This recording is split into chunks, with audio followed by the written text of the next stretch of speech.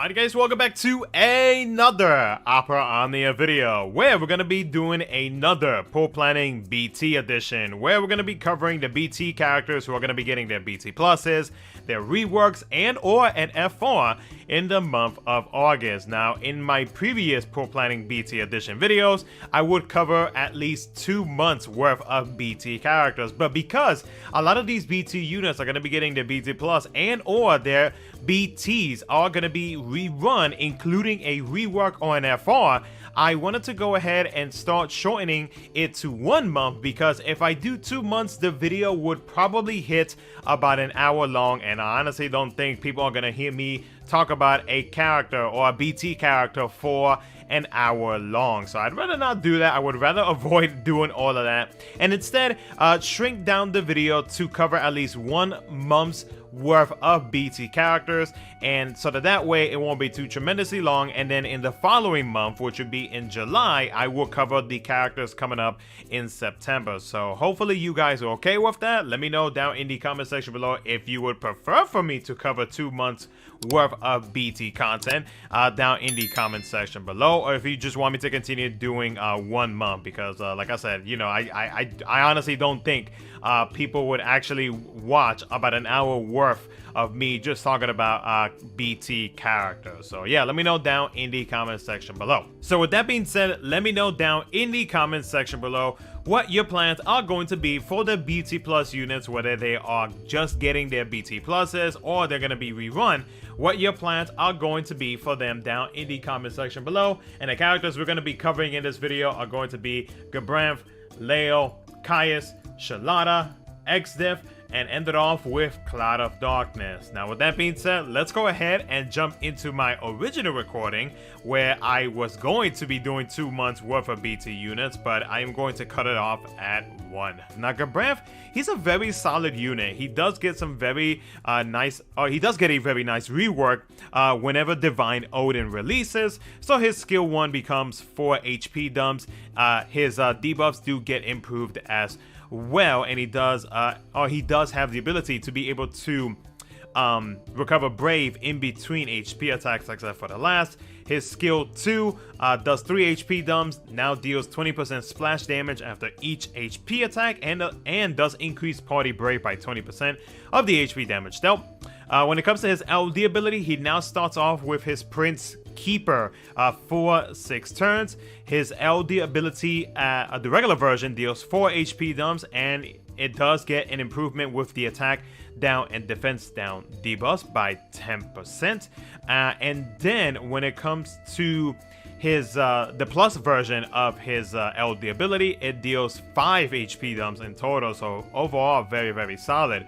When it comes to the Prince Keeper though, it now adds a 20% stolen max Brave overflow up, 30% Brave damage up, 20% HP damage up, a 20% party Brave damage resist up, and a 10% HP damage resist up, which is really good, especially because like the whole thing with like Gabranth is that like he consistently inflicts debuffs. He is able to break the enemy and whatnot, and now with the upgrades that he's going to be getting, he's going to be dishing out some very solid damage.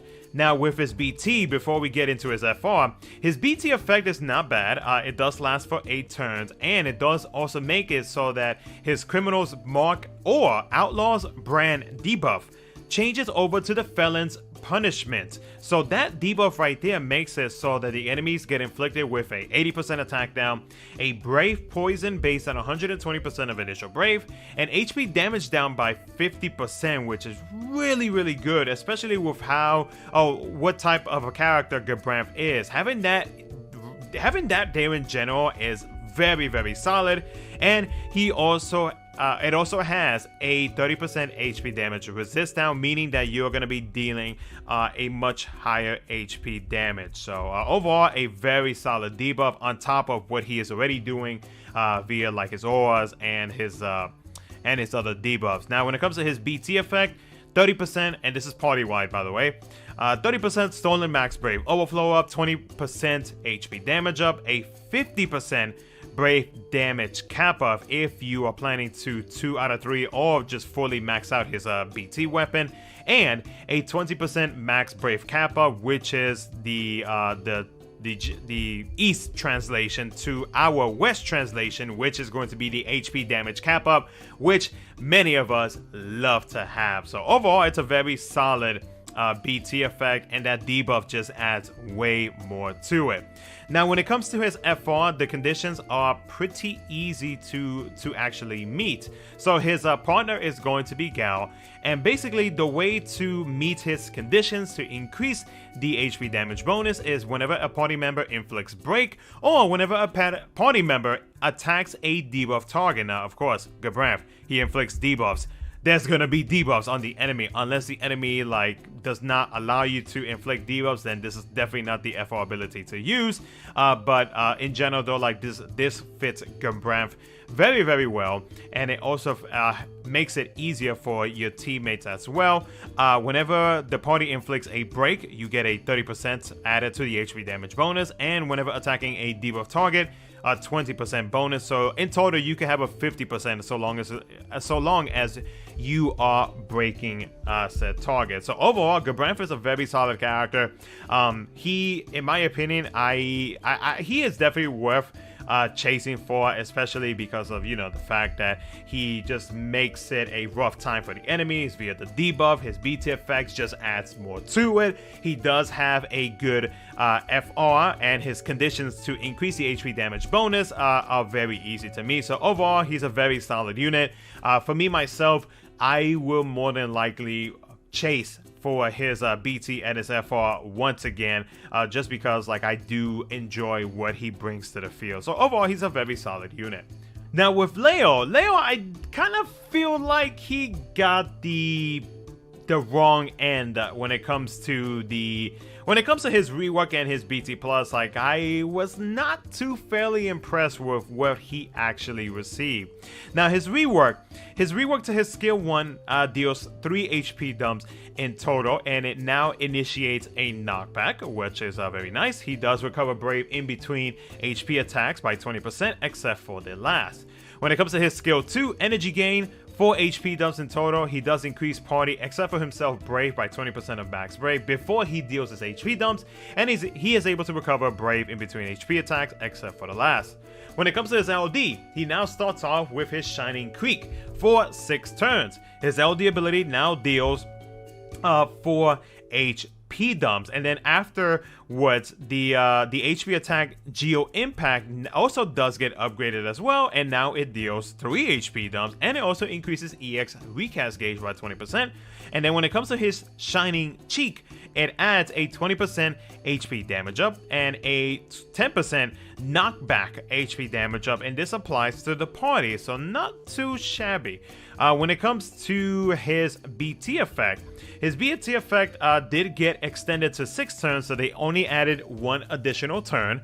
And then at 2 out of 3, they gave him a party max brave kappa by 10%, so now it is at 30%, and a 50% brave gains up, which does actually help him out, especially whenever you are wanting to get the maximum amount of damage output out of Layle in terms of chase and whatnot, or in terms of the knockback sequence. The chase sequence is what I would like to call it, but I still kind of feel like they could have done a little bit more with Layle, especially when you got other characters that you got to compete with when it comes to launching, when you got Sid Reigns, and especially with Sid Reigns in the future when he gets his BT and his FR, it just kind of makes Layle look kind of bad. But do remember though that Layle and Sid Reigns, they both have their differences, and with Layle though, Layle does make it easier, at least once he gets his BT and whatnot, or BT plus, excuse me, he does make it easier to make it so that his teammates are able to launch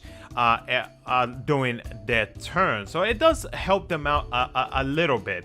So overall though, even though I wasn't too fairly impressed with what he actually got, I do still feel like he can be of some usage, but I don't think it's gonna be I don't see him as a character, for me myself at least, that I see myself using either in certain situations, or just overall in general, or just he's a character that I would use, for some fun shenanigans, and that's pretty much it. So Layle, I'm probably going to pass up on him unless I don't know, for memes or whatever it is, for shits and giggles. Like if I want to go ahead and BT plus him, then you never know. Things can change in between like now and then whenever these banners do actually get released. But as of right now though, I think I'm gonna hold off on Layle because I think I would rather focus on Gabranth over him. Next up, we're going to be talking about Caius. Now, Caius does get a rework with the Heretic Challenge alongside with Fujin, because Fujin does get her F4 with this event. So, with his rework, he actually doesn't get a bad rework when you look at it, because his skill 1 now deals 3 HP dumps. The plus version is about the same, except that the Brave potency is a little bit higher and it deals 50% splash damage instead of the previous 20. And he does recover Brave by 50% of the total HP damage though after each HP attack except for the last. And if the target is afflicted with a Chaos debuff, he does increase Brave by 100% of the HP damage though. So not too shabby in that department. When it comes to his skill 2, the regular version does 2 HP dumps, and it does increase Brave by 50% after the first HP attack, and it does deal 20% splash HP damage after each HP attack. When it comes to the plus version, it's basically the same thing in terms of attack, except that he does increase Brave damage to debuff targets by 50%. So, and you know, when it comes to Caius, like he's gonna be inflicting debuffs regardless of like what skills you're gonna be using. So, you know, that's something you don't have to worry about. So you're gonna take advantage of that additional Brave damage. But not only that though, he does recover Brave by 50% after the first HP attack, based on the HP damage dealt, but this time he deals 50% splash damage instead of the 20 with his regular version after each HP attack. And then for his LD ability, not bad, 6 HP dumps in total. He does recover Brave by 50% on each HP attack except for the last. And then whenever he is attacking a target with his own debuffs, he does increase the Brave damage up by an additional 10%, now being 30%, and he adds a 20% HP damage up, which is solid. When it comes to his Guardian, he is able to extend the debuffs inflicted by 2 turns, so not too shabby on that. So and then with his BT plus, he gains more party stolen max Brave overflow by 30%, so now it is going to be 50%, so overflow for days. You gotta love it. And then he also adds, whenever he is attacking a debuffed enemy, he adds a 50% party Brave damage up, which is not too bad, because previously he was only adding a 20% HP damage up whenever you're attacking a debuffed enemy. So having that is actually gonna, you know, it's basically like overall in general though, like with the upgrades that he is getting, best believe he's gonna be dishing out some very hefty Brave damage. So yeah, more than likely Caius is going to be capping throughout his attacks, and his BT effect is just basically going to make it like so much easier. So I did actually green Caius on my JP account. He's actually overall like a very solid character for what he does. Like I myself, when it comes to debuffers, like it's, you know, aside for Gabranth, which I did have some usage with him, debuffers in general, like I don't use too often, but when I do actually use them, they actually do impress me with what they can actually do, how I can benefit from them, and how much and how cringe it is for the enemies to have to put up with all of the debuffs that I inflict onto them. So Caius, I may BT plus him. I'm still up in the air about it, because like I said, like you know, he's a debuffer. He does some very good damage, but it's you know, I'm still up in the air about it if I am going to or not. I may just keep him at base BT, but I am not sure just yet. So we're gonna have to wait and see. But overall, he is a very solid. He does become much better with his rework and his BT plus. Next up, we're gonna be talking about Sherlotta and Exdeath. Now, Sherlotta, man, I'm probably gonna be one of those like few content creators who are gonna be hyping up Sherlotta, because Sherlotta, man, with her BT and her FR, especially her BT, boy, she becomes a fantastic unit. and a unit that I would highly recommend because she, with her upgrades and then that BT effect just adds on top of what she already offers. This is like, mwah. It's spicy, it's delicious, man. So her BT effect, Last Crystal Core, which lasts for 10 turns. This provides the party with a 30% gained max brave overflow, a 20% HP damage up, a 20%, oh excuse me, not a 20%, a 50% brave gains up. And remember this percentage, because the thing is though, this is not the only brave gains up that she actually provides to the party. She also provides a bravery gen based on 150% of attack on every field turn. The party, when dealing a brave hit, increases brave by 10% of max brave, and she also provides at 2 out of 3 with a BT effect, a 20% max brave cap up. Let's just say that Sherlotta becomes the Brave Gains Queen because of how much Brave Gains she actually provides to the party. So, in general, let me find her LD ability, because her overhead provides more Brave Gains as well. So she provides, with her overhead, a 20% stolen max Brave overflow up and gained max Brave overflow up, a 20% Brave Gains up. So that is 70% right there that she is going to be providing to the party. That is a lot of brave gains, and a lot that you can actually take advantage of for many fights where you can easily like just brave gains through it just because of Sherlotta. And guess what? There are going to be other party members other characters later on that are also going to be providing high percentages when it comes to brave gains. It's not going to be as high as Sherlotta's, but it's enough where if you pair them up together, forget what the enemy is doing, you got brave gains up on your side, and you got plenty of it. Her C65 also provides a 10% brave gains up, so that's an 80% brave gains up, which is extremely solid. The rework that she gets when it comes to her skill 1, she gains 2 more uses, and then her skill 2 gains 1 more use, and it becomes an AoE magic HP attack 3 times that does not consume brave until the last HP attack. And remember, like it is based on the total amount of brave that the entire party has, if I'm not mistaken. So like that could potentially dish out some very hefty damage. Her LD ability, remember her overhead does have a separate value depending on the amount of brave that she recovers and gains, if I'm not mistaken. And so that damage that can come out of her LD ability and her is it her HP command? It's either her HP command or a brave command, one of the two, can actually be some very high numbers out of Sherlotta. But overall, in general though, like the biggest thing about her is that she is Brave Gains Queen.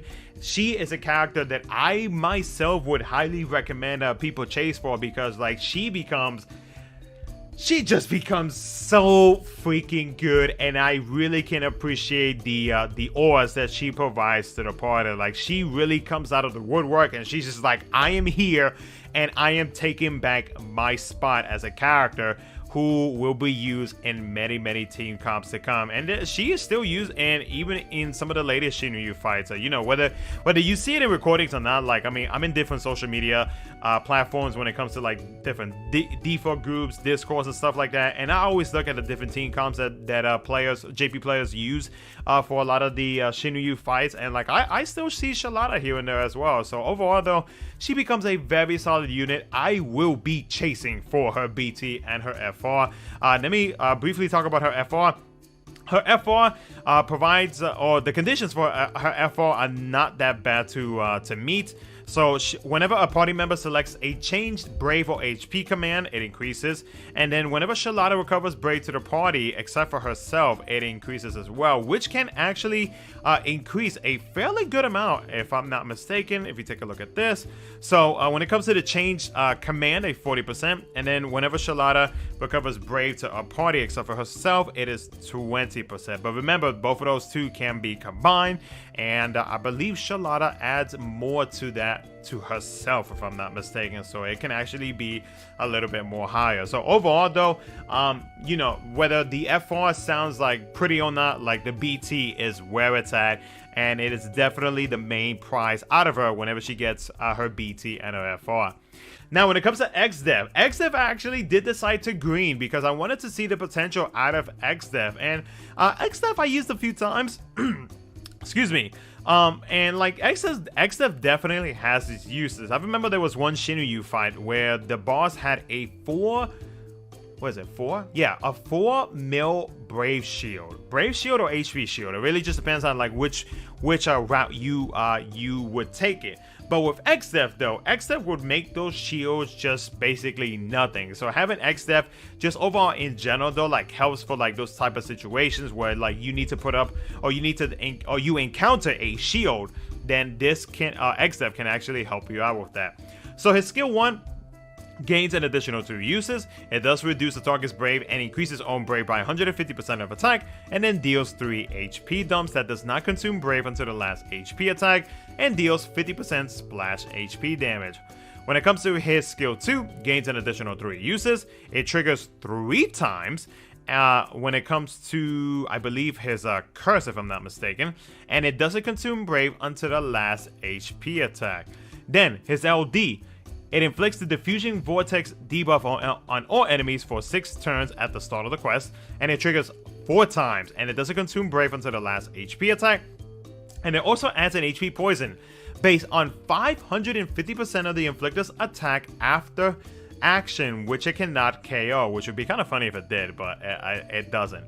So yeah, big change compared to the 100% that it was previously. So yeah, the HP poisons that Exdeath will be affecting the enemy, excuse me, is going to be very high. Now, when it comes to his BT effect, his BT effect got extended to 6 turns. Previously, it was 3, which is nice. And then it makes it so that at 2 out of 3, it adds all enemies' HP poison by 300% of Exdeath's attack. So that means it's going to be a 600%. Yeah, big boy numbers. It also adds a 100% party attack up, a 30% HP damage up, and a 30% max brave cap up, or in global terms, the HP damage cap up. So very nice. Exdeath though, I had minimal uses with Exdeath. Like, he is mostly a character that is going to be used in situational purposes, and that's pretty much about it. And that's how I see Exdeath. So for me myself, I think just having just like his overall like base kit, like LD, EX, so on and so forth, and if I'm lucky to get the BT, even better. I think with just that right there, to be able to use him in like those certain situations where you need gravity-based attacks, then Exdeath is a pretty solid character with what he gets with his rework and whatnot. But for me though, if I'm not mistaken, I believe I do have his EX on my global account, so I may actually hold off this time on BT plusing him, and again, this might change later on. I may like change my mind, you know, based off of like Shinryu fights that may be coming up later on, by the time I'm recording this video, by the time you're watching this video.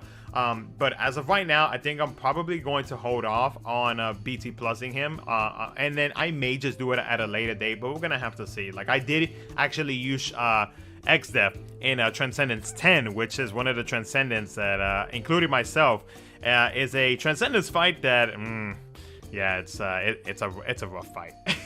So I did decide to use him because I wanted to take advantage of the HP poison that he does inflict onto the enemy. Next up is Cloud of Darkness. Now, Cloud of Darkness, if I'm not mistaken, already has a BT plus on global, so I'm not going to be going over that. I'm just going to be going over her rework and her FR ability. Now, her rework, basically, just to like sum it up, gained more HP dumps and basically all over her kit, and that's about it. Her skill 2 did gain an additional 2 usage, which is actually really good, because, like, you know, when it comes to Cloud of Darkness, you want to get that overhead to 5 unless you use LD, and then of course you get the better version of her particle beam. So not too bad on that. And that particle beam gets a big upgrade. I mean, 6 HP dumps whenever you are using it at 5 stacks of overhead. Yeah, very nice. Very hefty some very hefty damage out of Cloud of Darkness.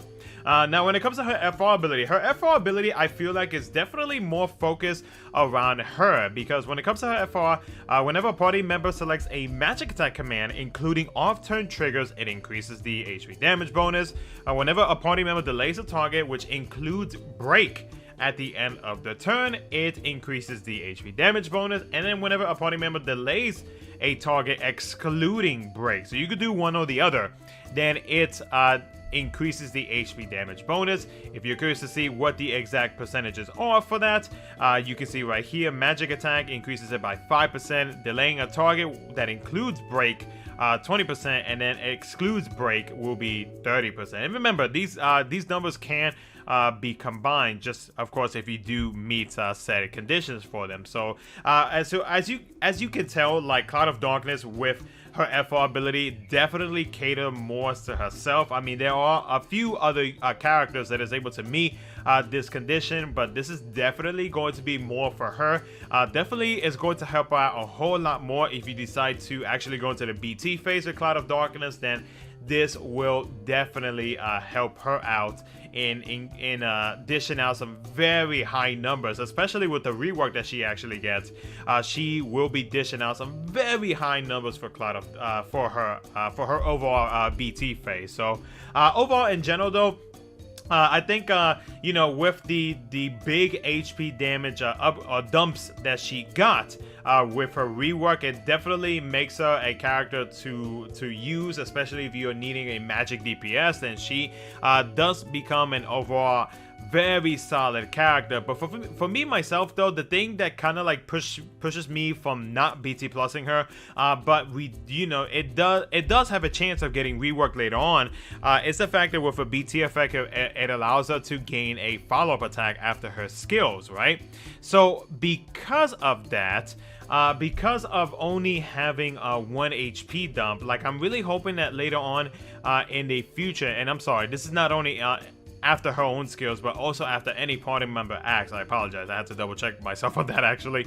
But like, I really hope that now that Square Enix has started doing BT reworks, that I really hope that they do consider actually increasing the amount of HP dumps, because with a lot of the characters we got going on in JP that do have follow-up attacks that deal more than 1 HP dump, I kind of feel like that does kind of push back Cloud of Darkness when it comes to her BT effect follow-up attack. So I'm really hoping that later on in the future with these BT reworks, that they would actually consider giving her an additional HP dump, or maybe even 3 at best, because that would actually make her BT effect even better on top of what she is going to be, on top of what she already provides with BT effect, which is HP damage up, stolen max beam, overflow up. So for me myself, though, I think this time I'm probably going to hold off on BT plusing her, even though I believe I may have BT plused her already. But when it comes to her FR, though, seeing as how this is, she is getting her FR with her BT being rerun, and I know this is a pro planning BT edition video, but I still want to include the FR in this one because I feel like it is very much important to let players know about it as well. So overall, though, I think I'm probably going to pass up on you know, greeting her if I haven't done so already, and then chasing her FR weapon, just because I feel like there are going to be characters later on that will overshadow her a little bit, even though she does have her uses, don't get me wrong. But like, there's gonna be like other characters that I myself would prefer to use over her.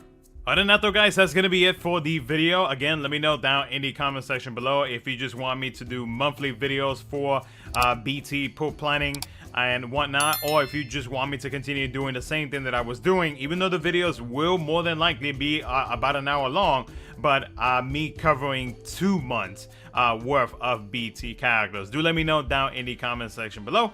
And with that being said, hope you guys enjoyed it. Take care, and I'll catch you guys in the next one.